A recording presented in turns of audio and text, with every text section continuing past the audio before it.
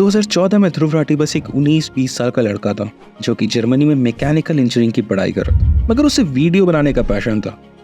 मजे मजे में उसने अपना पहला वीडियो यूट्यूब पे डाला जिसका नाम था क्रेजी जर्मन फोटोपा। जी हाँ, सही सुना आपने। ये वीडियो कोई पॉलिटिकल या एजुकेशनल वीडियो नहीं था जैसा कि ध्रुव आजकल डालता है। ये सिर्फ एक पैशनेट कोशिश थी ध्रुव की, मगर फिर उस समय इंडिया में ऐसा कुछ हो रहा था जिससे ध्रुव को एक नई डायरेक्शन मिली।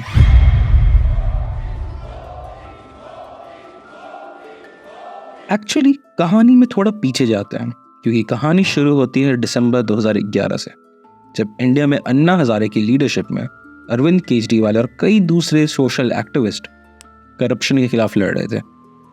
इसको काफ़ी मीडिया कवरेज भी मिल रही थी। धीरे धीरे ये टॉपिक पूरे इंडिया में फैल रही थी एंड पूरा देश अन्ना हजारे को मोरली सपोर्ट कर रहा था। ध्रुव भी इन्हीं लोगों में से एक था। ये वो टाइम भी था जब ध्रुव को पॉलिटिक्स में इंटरेस्ट आना शुरू हो रहा था। कुछ ही टाइम में दिसंबर 2013 को आम आदमी पार्टी की पहली बार सरकार बनती है और साल 2014 में नरेंद्र मोदी भारत के नए प्रधानमंत्री बनते हैं।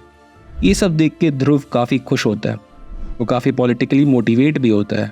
उसे इन सभी टॉपिक्स में बहुत इंटरेस्ट आता है। उसके हिसाब से कांग्रेस की करप्ट सरकार अब निकल रही होती है एंड पूरे देश में बदलाव हो रहा होता है।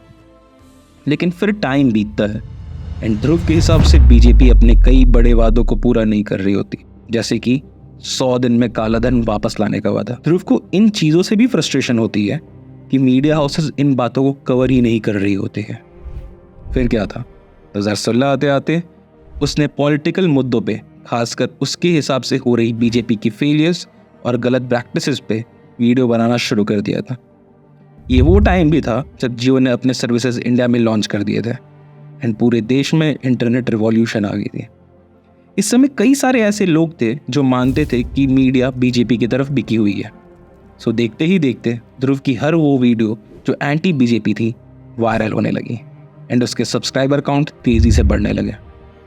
ध्रुव की बात करें तो अपने यूट्यूब जर्नी शुरू करते ही उसने एनालाइज कर लिया था कि उस समय कॉमेडी एंड स्किट वीडियोस ही सबसे ज्यादा वायरल होते हैं। On the panel tonight, film writer Miss Meenakshi Lekhika from the Rasa Random Camp. मगर उसे ये सब करने में कोई इंटरेस्ट नहीं था। उसने सोचा कि क्यों ना ऐसे फील्ड में जाए जहाँ पे कोई भी बड़ा खिलाड़ी ना हो, और इसलिए उसने चुना एजुकेशनल और पॉलिटिकल कंटेंट।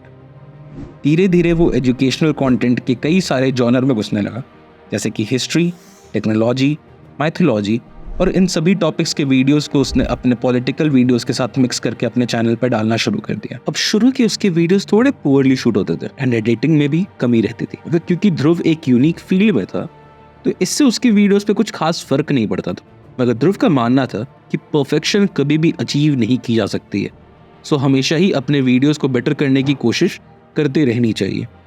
उसने ना सिर्फ धीरे धीरे अपने एडिटिंग को वर्ल्ड क्लास बनाया, बल्कि आगे चल के एक पूरी टीम ही तैयार कर ली और एडिटिंग, रिसर्च जैसी काम को उनमें बांट दिया।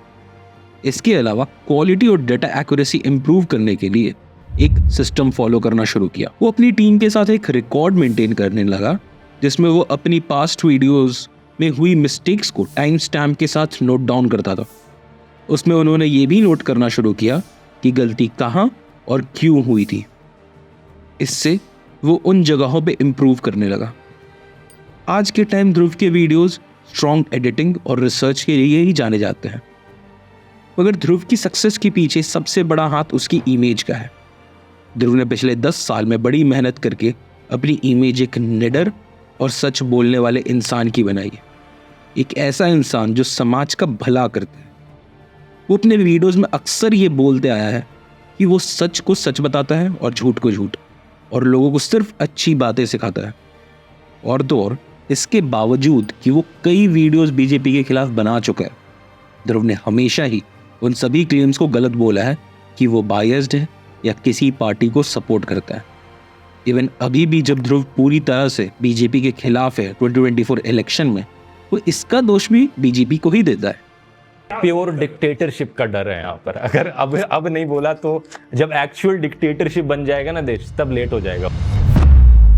लेकिन अगर ध्रुव की सक्सेस में उसकी सत्यवादी इमेज का बड़ा हाथ है तो वही कंट्रोवर्सीज ने भी उसको काफी फायदा दिलाया है। कोई न्यूज़ चैनल अगर गलत इंफॉर्मेशन दे तो उन्हें अपना वीडियो हटाना पड़ता है या फिर अपॉलॉजी लेटर देनी पड़ती है। which didn't meet the BBC's editorial standards on impartiality. I'd like to apologise to Mr Farage and viewers for this. लेकिन ध्रुव ने कभी भी ये नहीं किया है। एक बार तो ध्रुव की वीडियो में इंडियन मैप गलत दिखने के कारण भारत सरकार को उसकी वीडियो को बैन करना पड़ा था। इसके अलावा कुछ दूसरे यूट्यूबर्स ने हाल ही में ध्रुव के लिंक्स आम आदमी पार्टी से भी जोड़े हैं, मगर ध्रुव इन सभी बातों को बेसलेस कह के मना कर देता है। सब झूठ है, ये झूठे आरोप लगाते हैं। अगर मुझे सही में पार्टी से पैसे लेने होते तो मैं बीजेपी के पास जाता सबसे पहले। सबसे ज्यादा पैसे उन्हीं के पास है। इन सब कारण से लोग उस पे time to time misinformation या प्रोपोगंडा फैलाने का इल्जाम भी लगाते हैं। इस पे और बात करें तो ध्रुव अक्सर कंट्रोवर्शियल टॉपिक्स पे वीडियो बनाते रहता है, जैसे कि द केरला स्टोरी वीडियो। इस पे उसे काफी ज्यादा हेट भी मिला था और काफी सारे कट्टर धर्म वाले यूट्यूबर्स ने उसे धमकी भी दी थी। इसका भी उसे काफी फायदा हुआ था। नमस्कार दोस्तों, केरला स्टोरी वाला वीडियो कुछ ज्यादा ही भयंकर तरीके से वायरल चला गया। 15 मिलियन व्यूज इस पर होने को हो रहे हैं और क्या हंगामा हुआ है इसको लेकर। मगर उसकी कंट्रोवर्सीज की लिस्ट इतनी लंबी है कि अगर हर एक कंट्रोवर्सीज की बात करें तो ये वीडियो बहुत लंबा हो जाएगा। मगर एक बात तो सच है, भले आप ध्रुव को पसंद करो या ना करो, उसको इग्नोर नहीं कर सकते और शायद उसने पिछले 10 साल में यही कमाया है। सो फिलहाल के लिए कहानी को यही रोकते हैं। अगर आप चाहते हैं कि हम ध्रुव राठी के ऊपर और भी वीडियोस बनाएं तो हमें कमेंट में ज़रूर बताएं। अगर वीडियो अच्छा लगा तो हमें प्लीज़ लाइक, शेयर और सब्सक्राइब करें और ये वीडियो को अपने ज़्यादा से ज़्यादा दोस्तों को शेयर भी करें। धन्यवाद।